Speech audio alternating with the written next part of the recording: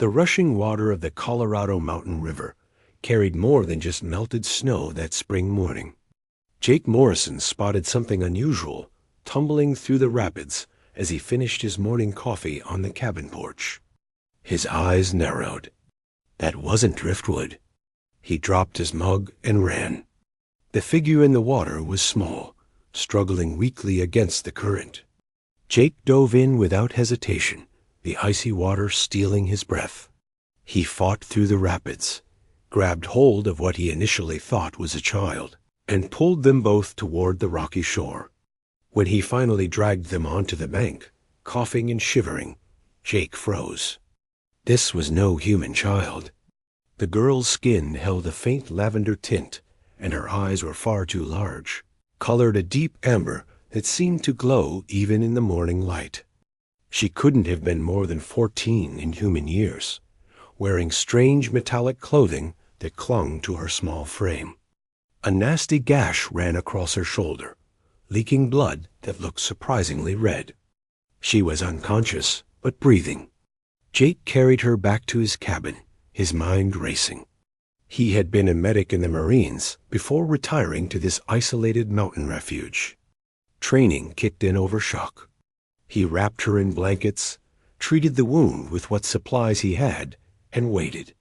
She woke 3 hours later, gasping and speaking in a melodic language he couldn't understand. Her eyes went wide with fear when she saw him, but she was too weak to run. Jake raised his hands slowly, speaking in the calmest voice he could manage. "Easy. You're safe. I'm not going to hurt you." The girl stared at him for a long moment. Then, to his amazement, she touched her temple with 2 fingers. A small device embedded there flickered with blue light. When she spoke again, the words came out in accented but clear English. "You pulled me from the water. Yeah, you were drowning.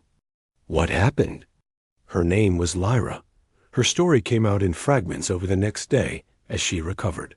She was part of a surveyor crew from a species called the Vela, studying Earth's ecosystems from orbit. Their shuttle had malfunctioned during atmospheric testing. She had been thrown clear during the crash, but had fallen into the river. The rest of her crew was dead. Jake listened, occasionally glancing out the window as if expecting government helicopters or alien ships to appear. Neither came.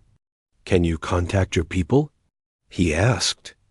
Lyra touched the device at her temple again, her expression darkening. "My emergency beacon is damaged. I've been trying, but the signal won't reach orbit. I need to get to higher elevation, somewhere with less atmospheric interference." Jake thought about that.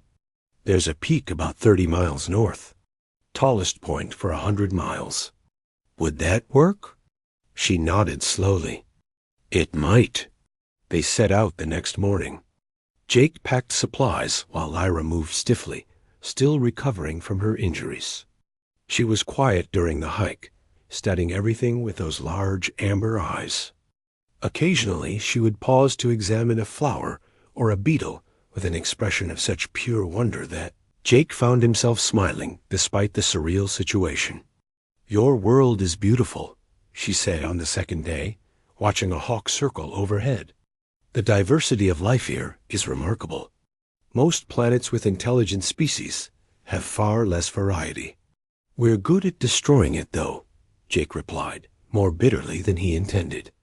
Lyra glanced at him. "We know.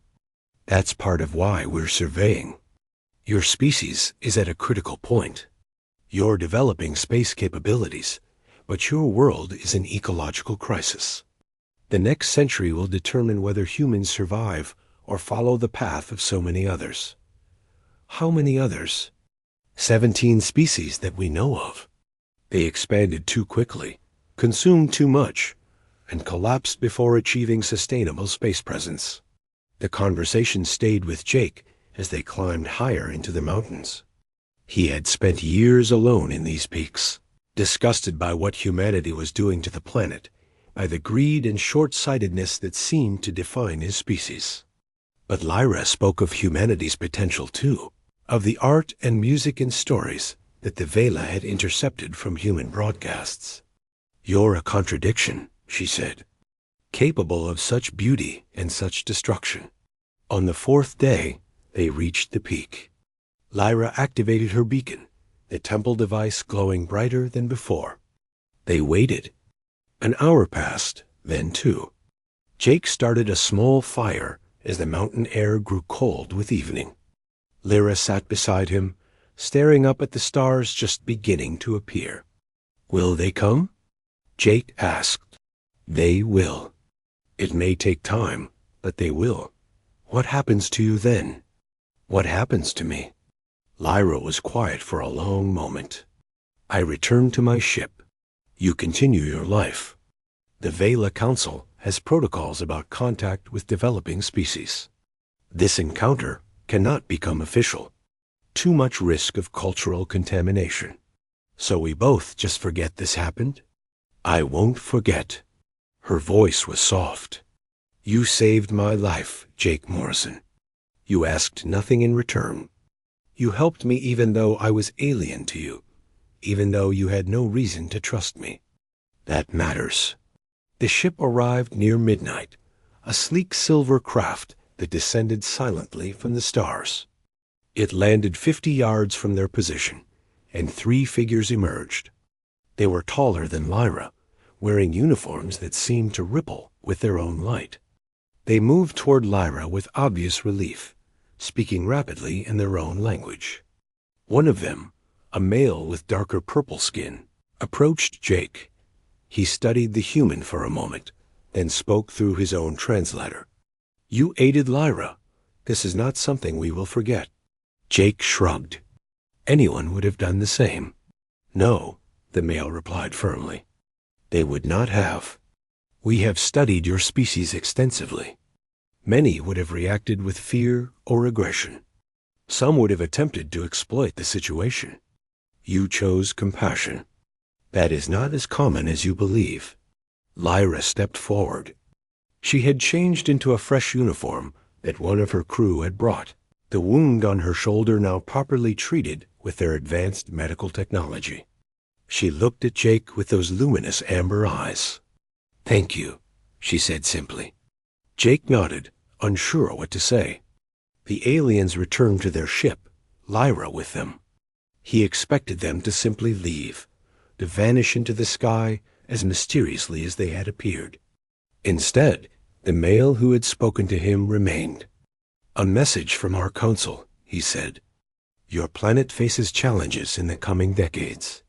Climate collapse, resource depletion, potential conflicts that could devastate your civilization.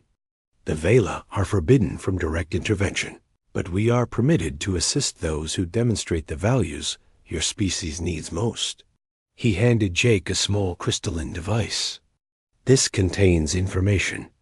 Clean energy technology, medical advances, ecological restoration techniques. All based on principles your scientists already understand. Nothing so advanced that it would constitute a violation of our protocols. What you do with it is your choice." Jake stared at the crystal in his hand. "Why me?" "Because you saved one life without hesitation. Perhaps you can help save millions more." The ship lifted off, silent and beautiful against the stars. Jake stood alone on the mountain peak, holding the crystal, thinking about Lyra's words. Capable of such beauty and such destruction. A species at a critical point. He looked down at the lights of distant towns in the valleys below, thought about the world his younger self had tried to escape by hiding in these mountains. Maybe running away wasn't the answer. Maybe one person could make a difference if they had the right tools and the courage to use them. Jake began the long hike down as dawn broke over the Rockies. The crystal was secure in his pack, along with supplies and the memory of an alien girl who had reminded him what humans could be at their best. He had saved one life. Now he had a chance to help save so many more. The path ahead wouldn't be easy. Introducing new technology, convincing skeptical governments and corporations, fighting against the inertia of systems that profited from destruction. But Jake had been a Marine once. He knew about impossible missions. As he descended through the pine forests, a hawk circled overhead, riding the morning thermals. Jake smiled. Somewhere up there, beyond the atmosphere, Lyra was looking down at the beautiful blue world that had almost killed her and that one human had helped her survive. Perhaps she was right. Perhaps humanity wasn't doomed after all. Perhaps they were just waiting for someone to give them a chance to be better.